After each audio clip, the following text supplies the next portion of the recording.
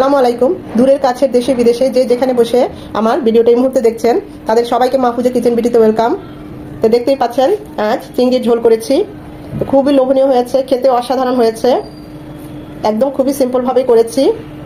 তো চলুন কথা না বাড়িয়ে আপনাদের সাথে শেয়ার করি।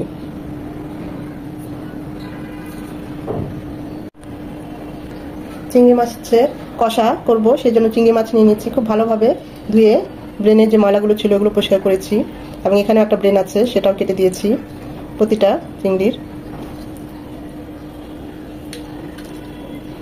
খুব ভালোভাবে ধুয়ে পানিটা ছড়িয়ে নিয়েছি। এখন এখানে দিয়ে দিব সামান্য লবণ, হাফ চামচ মরিচ গুঁড়ো, হাফ চামচ হলুদ গুঁড়ো। এগুলো দিয়ে খুব ভালোভাবে চিংড়িগুলো মেখে নেব। হাতে সময় থাকলে 10 মিনিট রাখবেন, আর না থাকলে ইনস্ট্যান্ট চুলায় চলে যাব আমরা।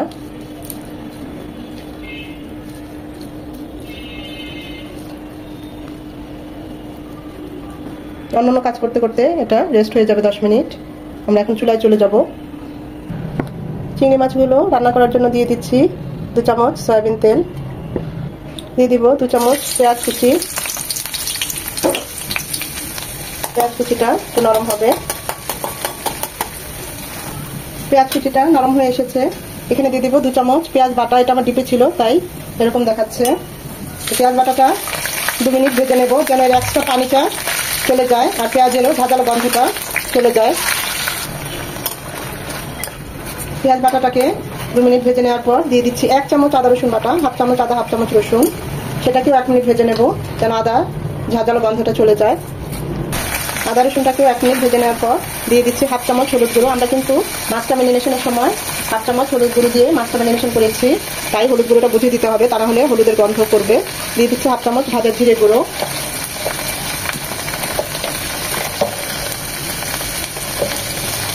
কালারের জন্য দিয়ে দিচ্ছি কাশ্মীরি মরিচ গুঁড়ো।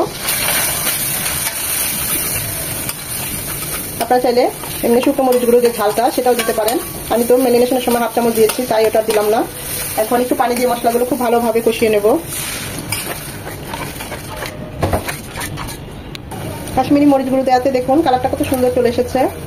এতে ঝাল হয় না কিন্তু কালারটা খুব সুন্দর আসে, তাই দিলাম। আচ্ছা, আমাদের মশলাটা কষানোর এই পর্যায়ে আমি এখানে টক দই দিব এই রেসিপিটাতে। তো আমার দেখুন আমি ডিপে টক দই রেখেছি, তো সেটা এখনো গলানো হয় নাই বা হাতের কাছে নাই। তো এই পর্যায়ে আমি এখন কিভাবে টক দইয়ের কাজটা করতে পারি সেটা আপনাদের সাথে শেয়ার করছি। আমি এখানে দিয়ে দিচ্ছি 2 চামচ শুকনো গুঁড়ো দুধ। সেটাকে ভালোভাবে মিশিয়ে নেব মশলার সাথে। টক দইটাকে গুঁড়ো দুধটাকে ভালোভাবে মিশিয়ে নেওয়ার পর এখন এখানে দিয়ে দেবো 1 চামচ লেবুর রস। এখানে লেবুটা হাতের কাছে না থাকলে ভিনেগারও দিতে পারেন 1 চামচ। তো এতে আমাদের টক দইয়ের কাজ হয়ে যাবে। তবে অবশ্যই গুঁড়ো দুধটা এভাবে মিশিয়ে নেবেন, তা না হলে কিন্তু ছানা ছানা বেঁধে যাবে। আর এভাবে করলে দেখতেই পাচ্ছেন আমাদের একদম টক দইয়ের কাজ হয়ে গিয়েছে। হাতের কাছে টক দই না থাকলে আপনারা টক দইয়ের পরিবর্তে এভাবে গুঁড়ো দুধ আর লেবুর রস বা ভিনেগার দিয়েও টক দইয়ের কাজ সারতে পারেন। এটা আমি আপনাদের দেখানোর সুবিধার্থে এভাবে করে দেখালাম যে টক দই যদি না থাকে বা ডিপে আছে, এটা গলাতে অনেক সময় লাগবে, তখন আমরা কি করব? তখন এভাবে আমরা টক দইয়ের কাজটা সেরে নেব। মশলাটা কষানো প্রায় হয়ে গিয়েছে, এই পর্যায়ে দিয়ে দেবো একটা টমেটো। এভাবে চিকন চিকন করে কেটে নিয়েছি। টমেটোটাকে ওইভাবে একটু কষিয়ে নেব যাতে টমেটোটা একটু গলে যায়, তাড়াতাড়ি নরম হয়ে যায়। এখানে হলুদ গুঁড়ো লবণ গুঁড়ো আছে, দিয়ে দিচ্ছি লবণ সামান্য টমেটোটাকে গলানোর জন্য। এখানে আরেকটা টিপস, যদি আপনার টমেটো এভাবে দেন একটু তাড়াতাড়ি গলে নেওয়ার জন্য একটু হলুদ গুঁড়ো আর একটু লবণ গুঁড়ো এভাবে ছিটিয়ে দিবেন, তারপর একটু ঢাকা দিয়ে দিবেন, দেখবেন টমেটোটা খুব তাড়াতাড়ি গলে গিয়েছে।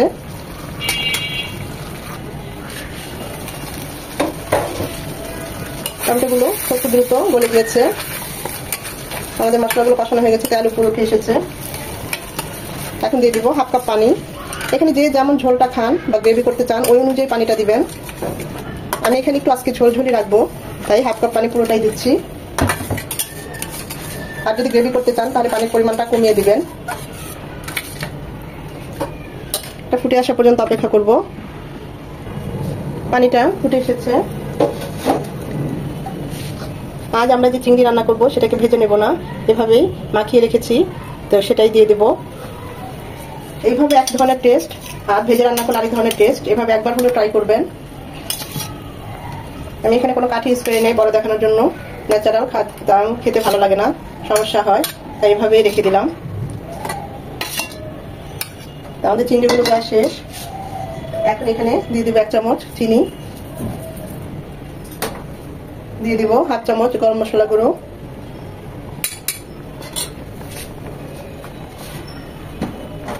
দিয়ে দিব পাকা মরিচ 2টো, তো ফ্লেভারটা খুব ভালো আসবে।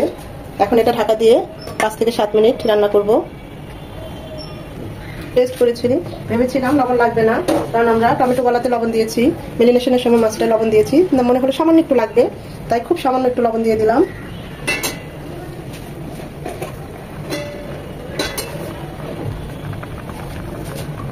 নামানোর আরো 2-3 মিনিট বাকি। এই পর্যায়ে দিয়ে দিব গাওয়া ঘি 1 চামচ, এটা অবশ্যই দিবেন, মিস করবেন না। আরো 1 চামচ দিয়ে দিলাম। খুব সুন্দর একটা টেস্ট এবং ফ্লেভার দুটোই আসবে। খুবই সিম্পল ভাবে করার চেষ্টা করেছি, খেতে অসাধারণ হয়। এভাবে একবার হলেও ট্রাই করবেন, আপনাদের কাছে আমার রিকোয়েস্ট রইল।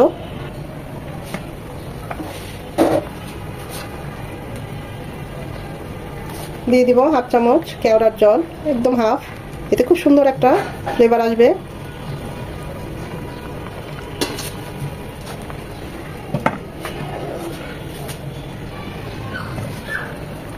মাশাআল্লাহ, খুব সুন্দর একটা ফ্লেভার চলে এসেছে। আমি তো এই ঝোলটাই রাখবো, আপনারা চাইলে আরেকটু গ্রেভি করতে পারেন, আরেকটু মাখা করে নিতে পারেন। আজকে আমি ঝোলটাই করব, চিংড়ির ঠিক করেছি। এটা বেশি নাড়াচাড়ার দরকার নেই, তাহলে চিংড়িগুলো মাথা এবং শরীর থেকে খুলে যেতে পারে। আমি এখন চুলাটা অফ করে দেব। কতটা লোভনীয় হয়েছে, কালারটা কত সুন্দর এসেছে। টেস্ট করেছি, খুবই মজা হয়েছে, যা বলার মতো না। তো চিংড়ি তো অনেকভাবে খেয়ে থাকেন, এভাবে একবার হলো চিংড়ির ঝোলটা করবেন, অমৃত একটা স্বাদ, আমি গ্যারান্টি দিয়ে বলছি, অমৃত একটা স্বাদ হয়েছে। তো এখন আমরা সার্ভিং ডিশে এটা ঢেলে নেব।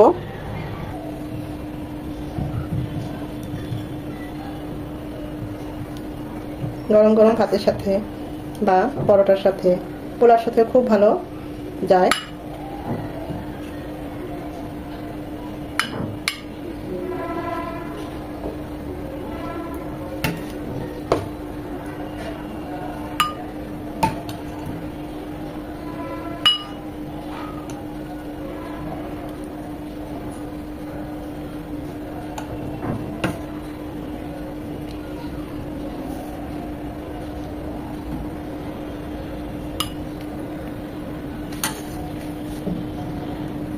আশা করি ভিডিওটা আপনাদের ভালো লেগেছে, আর যদি ভালো লেগে থাকে অবশ্যই ফ্যামিলি অ্যান্ড ফ্রেন্ডসদের সাথে লাইক শেয়ার করে দিবেন।